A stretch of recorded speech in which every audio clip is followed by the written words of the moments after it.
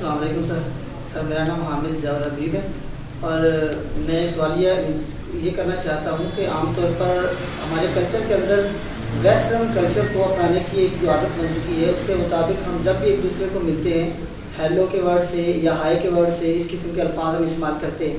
کیا ہیلو یا ہائی کے جو الفاظ ہیں ہم السلام علیکم کی جگہ پر استعمال کر سکتے ہیں، جبکہ معنی اس کا ان کے کلچر کے مطابق یہ بنتا ہے؟ کیا ہم اس کو استعمال کر سکتے ہیں؟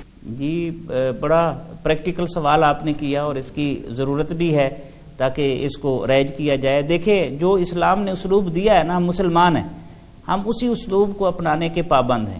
پہلی بات تو یہ ہے. دوسرا یہ ہے کہ جب کسی بھی ملک سے زبان آتی ہے نا، کوئی تہذیب غالب ہوتی ہے تو اس کی جب زبان آتی ہے تو زبان اپنا کلچر بھی ساتھ لاتی ہے. جب مسلمانوں کی حکومت تھی اور مسلمانوں کا عروج تھا تو لوگ عربوں کی عادات کو اور عربی کو اپنانے کی کوشش کرتے تھے.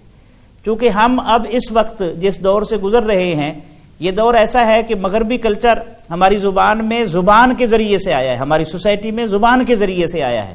تو جب ہم کوئی فاتح قوم ہوتی ہے تو لامحالہ طور پر جو مغلوب اور مفتو قومیں ہوتی ہیں وہ فاتح قوم کے اسلوب حیات کو اپنانے کی کوشش کرتی ہیں.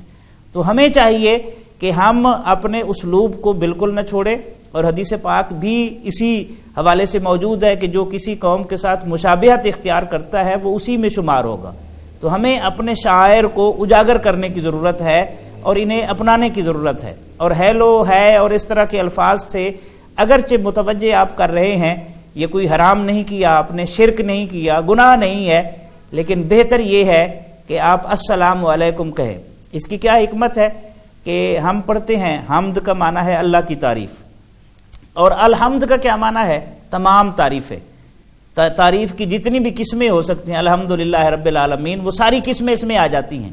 بندہ صرف سلام نہیں کہتا بلکہ وہ کہتا ہے السلام علیکم، یعنی میں جتنی بھی سلامتی ہو سکتی ہے، چاہے اس کا تعلق دنیا سے ہے اور اس کی جتنی قسمیں ہیں، جسم کی سلامتی ہے، روح کی سلامتی ہے، ایمان کی سلامتی ہے، قبر کی سلامتی ہے، حشر کی سلامتی ہے، حتیٰ کہ دار السلام میں داخلے تک، جنت میں داخلے تک بندہ سلامتی کی دعا دے رہا ہوتا ہے.